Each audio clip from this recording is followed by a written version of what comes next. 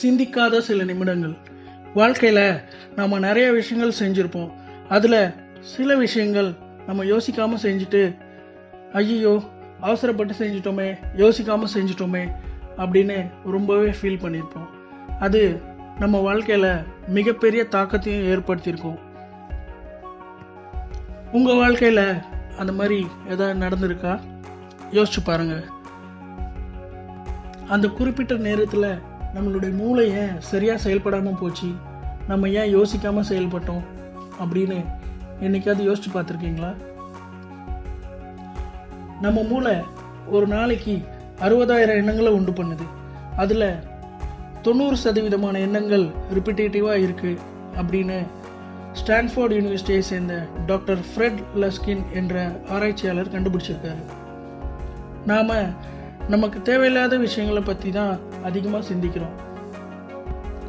நமக்கு தேவையுள்ள விஷயத்தை பற்றி ரொம்ப குறைவாக தான் யோசிக்கிறோம். அதனால தான் நமக்கு தேவைப்படும் போது நம்ம மூளை சரியாக செயல்பட மாட்டேங்குது. நிறைய பேருக்கு இந்த பிரச்சனை இருக்குங்க. இதை எப்படி தான் சரி பண்ணுறது அப்படி தானே யோசிக்கிறீங்க? இதுக்கு ஈஸியாக ஒரு சொல்யூஷன் இருக்குங்க. டெய்லியும் நம்ம பிரெயினை நம்ம அன்லோட் பண்ணணும். என்னது, பிரெயினை அன்லோட் பண்ணுமா? என்னடா சொல்கிற நீ அப்படி தானே யோசிக்கிறீங்க?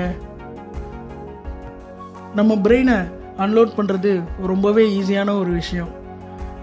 டெய்லியும் நம்ம சில நிமிடங்கள் எதை பற்றியுமே சிந்திக்காமல் அமைதியாக உக்காந்தாலே போதுங்க. நம்ம பிரெயின் ரெஃப்ரெஷ் ஆகி ரொம்ப சிறப்பாக செயல்பட ஆரம்பிக்கும். அது மட்டும் இல்லைங்க, பல நாளாக நமக்கு இருக்க பிரச்சனைக்கு ஒரு நல்ல தீர்வும் கிடைக்கும். நம்ம வாழ்க்கையில் நம்மளை பற்றி சிந்திக்கிறதோட அடுத்தவங்களை பற்றி தான் அதிகமாக சிந்திக்கிறோம். நமக்காகவும் நம்ம யோசிக்க பழகிக்கணும். அப்போ தான் நம்ம வாழ்க்கை ரொம்ப சிறப்பாக இருக்கும்.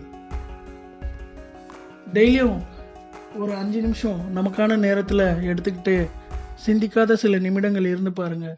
வாழ்க்கையில் ஒரு பெரிய மாற்றம் ஏற்படும். நான் ப்ராக்டிஸ் பண்ணியிருக்கேனுங்க.